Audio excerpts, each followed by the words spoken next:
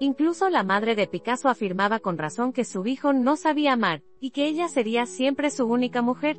Pero la mujer se obstinaba en creer que el genio y la villanía son incompatibles. Creo que moriré sin haber amado nunca a nadie, se sinceró el artista. A pesar de esta sincera confesión, en los artículos sobre él, sus mujeres son repetidamente llamadas sus favoritas y amantes. Y deberían ser llamadas víctimas de un sádico narcisista.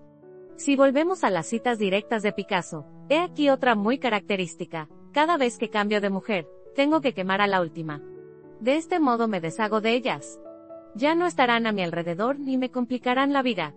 Esto también puede devolverme la juventud. Matar a una mujer destruye el pasado que representa. Y he aquí una frase de su madre: no creo que con mi hijo, que solo se preocupa de sí mismo, pueda ser feliz con ninguna mujer. Parece que no hay lugar para las ilusiones, y sin embargo, una y otra vez vemos en la prensa artículos sobre el amor y las mujeres favoritas de Picasso. Pues bien, este artículo contará historias muy diferentes, historias de violencia, engaño y rescate milagroso de la única mujer a la que Picasso gritó furioso: ninguna mujer deja a los hombres como yo. Sobre ella se escribiría algo así como irónicamente: se separarían de Picasso justo cuando su situación financiera por fin mejoraba. Es una historia eterna. Un hombre joven y ambicioso se enganchó a una mujer de ideas afines que le alimentó y lavó en nombre del amor y del arte en una perrera compartida en uno de los barrios más desfavorecidos de una gran ciudad. En el caso de Fernanda y Pablo fue París. En agradecimiento o porque todo artista necesita una modelo, y una gratis es mejor que una de pago, Picasso pintó 60 retratos de ella. El verdadero nombre de Fernand era Amélie Lang, pero parecía más fácil abrirse paso como Fernand Olivier en el mundo del arte. Y tenía ambiciones, ella también era artista. A menudo, Pablo y Fernanda almorzaban lo que Fernanda había ganado como modelo delante de otros artistas. Entonces Pablo pintaba a Fernanda porque tenía que trabajar en sí mismo. Fernanda pintaba. A veces. Todas las horas mejor iluminadas del día seguían siendo para los artistas para los que posaba. Sin embargo, Fernanda no era un ángel gentil. Pablo visitaba burdeles y a cambio Fernanda se acostaba con los clientes. Luego se gritaban, tiraban sus pertenencias, se golpeaban con los puños. Entre ellos se llamaba pasión, así que creían que sus vidas estaban llenas de amor. Pablo lo creyó solo hasta que empezó a ganar un piso decente y comidas de restaurante. Fernanda nunca llegó a ser una artista de verdad. Ganaba dinero tomando clases de pintura. Luego, cuando Picasso se hizo famoso, empezó a publicar artículos sobre su juventud por dinero. Pero tenía suficiente dinero para detener la serie de artículos. No le pagó, sino que contrató abogados y cortó los ingresos de Fernanda por el hecho de que una vez le hubiera lavado la ropa, y pensado que darle de comer a la hora de dormir. Ella seguía escribiendo sus memorias. Él le pagó una pensión para que no publicara sus memorias. Quizá por compasión, era vieja, gorda, tenía las articulaciones desfiguradas por la artritis y no podía pintar acuarelas para venderlas. Le sobrevivió 7 años. Sus memorias se publicaron después de todo, en el 88. Así fue el primer amor de Picasso como artista. Duró 7 años. Otra irónica coincidencia: inmediatamente después de separarse de Fernanda, Pablo viajó por Europa con otra joven. Se llamaba Eva Weil y pertenecía a la bulliciosa comunidad de jóvenes artistas de París, aunque no pintaba. Necesitaban el viaje para no verse con conocidos, probablemente hacían demasiadas preguntas teniendo en cuenta que Pablo era considerado el concubino de Fernanda, y Eva era la concubina de un escultor polaco, ella misma era de ascendencia polaca. Entre los artistas, se daba más importancia a las relaciones permanentes, establecidas en estudios pobres, que a la cuestión de quién estaba casado con quién. Cuando Picasso la vio, estaba sentada transparente, con sombras cerca de los ojos en el café Hermitage, y en el café sonaba la canción My Beauty. A partir de entonces, Pablo firmó todos los retratos de Eva con algo así como Bella Eva.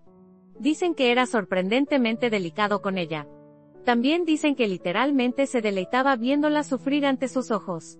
No dejó memorias ni entrevistas, así que es difícil saber cómo lo veía ella, y si él aportó su habitual pasión a su relación. La tuberculosis no era una muerte rápida. Eva pasó 3 años con Pablo. Alquiló un piso espacioso especialmente para vivir con ella. Las ventanas del piso daban al cementerio. Pablo era más acogedor con Eva. Fernanda se ocupaba poco de las tareas domésticas, luego pintaba, luego posaba, las cenas, la colada, la limpieza, todo hecho deprisa y con irritación. Fernanda se veía a sí misma como artista, no como ama de casa. La callada y diminuta Eva deambulaba todo el día por el luminoso piso con vistas a las tumbas, y lo convertía en un acogedor nido. Por las tardes también negociaba, trabajando gratis como agente de Pablo. Picasso vivió tanto la muerte de Eva, escribirá más tarde, que se dejó llevar por todo el trabajo duro. Bebía con los amigos, visitaba los burdeles, no se perdía una sola fiesta, en general, aparentemente, por la fuerza de la diversión, durante 3 años enteros. Todo el mundo en París, al menos en la parte bohemia, sabía que Picasso lloraba a Eva.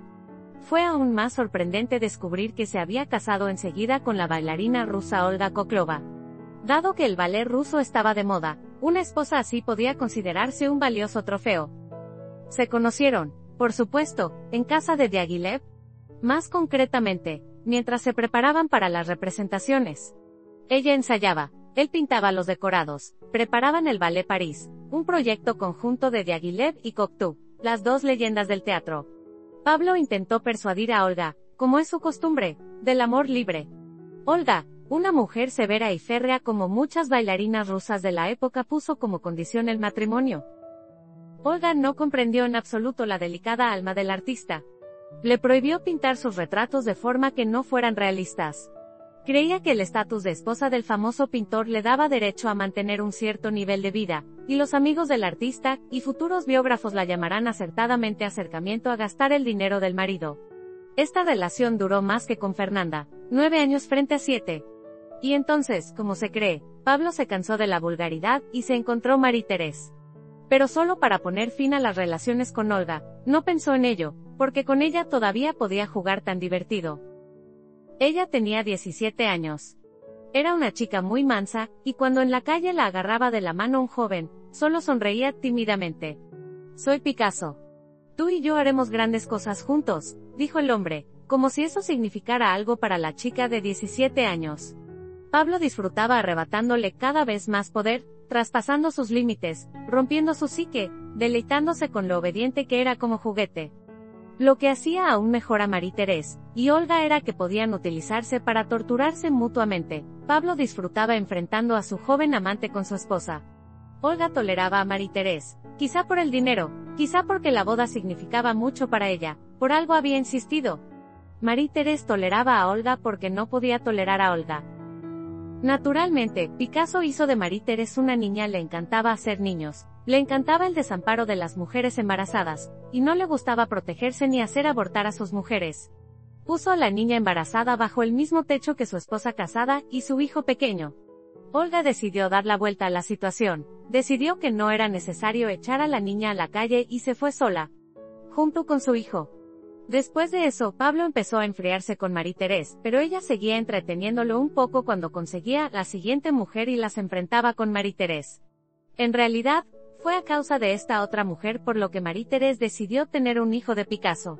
Parecía creer que un hijo crearía un vínculo entre ellos. Picasso se fue a sufrir a Suiza, dejando a Marie-Thérèse en París. En virtud de la ley de tiempos de guerra, su casa, donde ella se alojaba, fue confiscada, y la joven y su hija fueron desterradas a ninguna parte. Tras la victoria, de vuelta en París, Pablo no quiso volver con su antiguo juguete. Cuando él murió, ella se suicidó. Casi todos los famosos retratos fotográficos de Picasso pertenecieron al objetivo de esta mujer, Dora Maar. Ella sabía quién era Picasso y por eso estaba fascinada por él. Amar a un genio. Lo que no sabía era sobre Marie-Thérèse. Pablo la mantenía oculta al mundo y, sobre todo, a sus conocidos, por razones obvias. Pero no podía negarse el placer de verlas en su estudio. Hubo una escena. Las mujeres le exigieron que eligiera. ¿Cómo acabó? Ya lo sabemos. Tuvo un hijo con Marie-Thérèse, para abandonarla poco después. Su mujer se fue de casa. Dora estaba segura de haber sido la elegida. Fue una retratista fotográfica popular y bien pagada, y colaboró con publicaciones de lujo.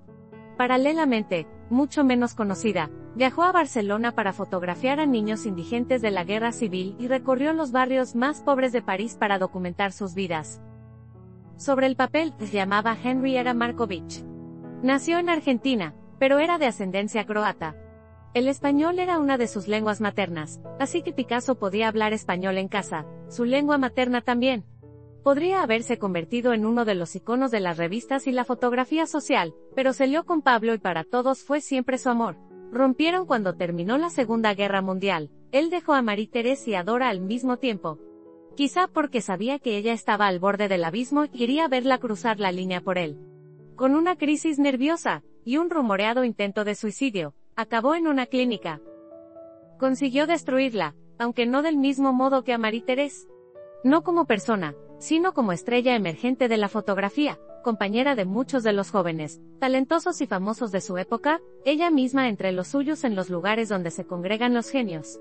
Se fue a provincias, dejó la fotografía, se dedicó como en su juventud a la pintura y murió olvidada.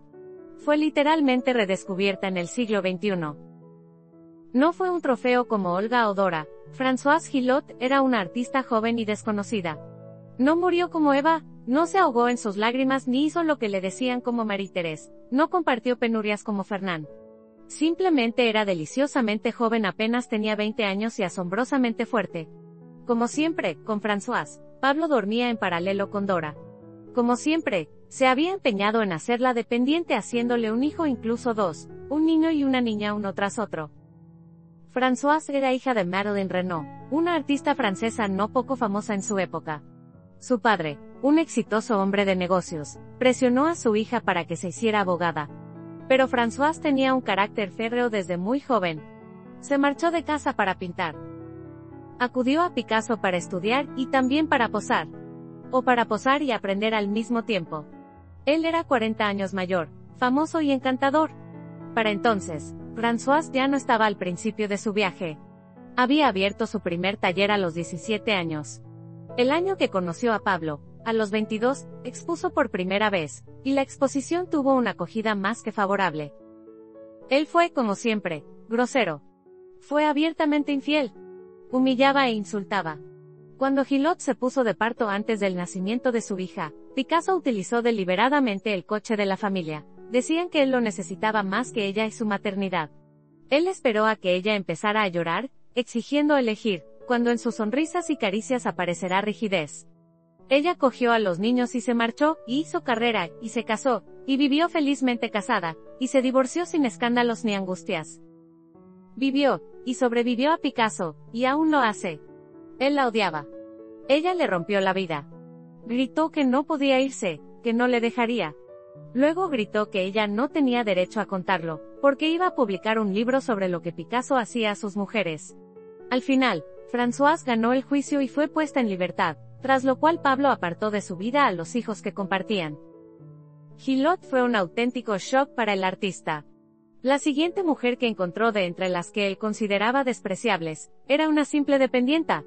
Y se aferró a ella, la siguió dolorosamente, sufrió el horror de que lo abandonara, dependía de ella para todo.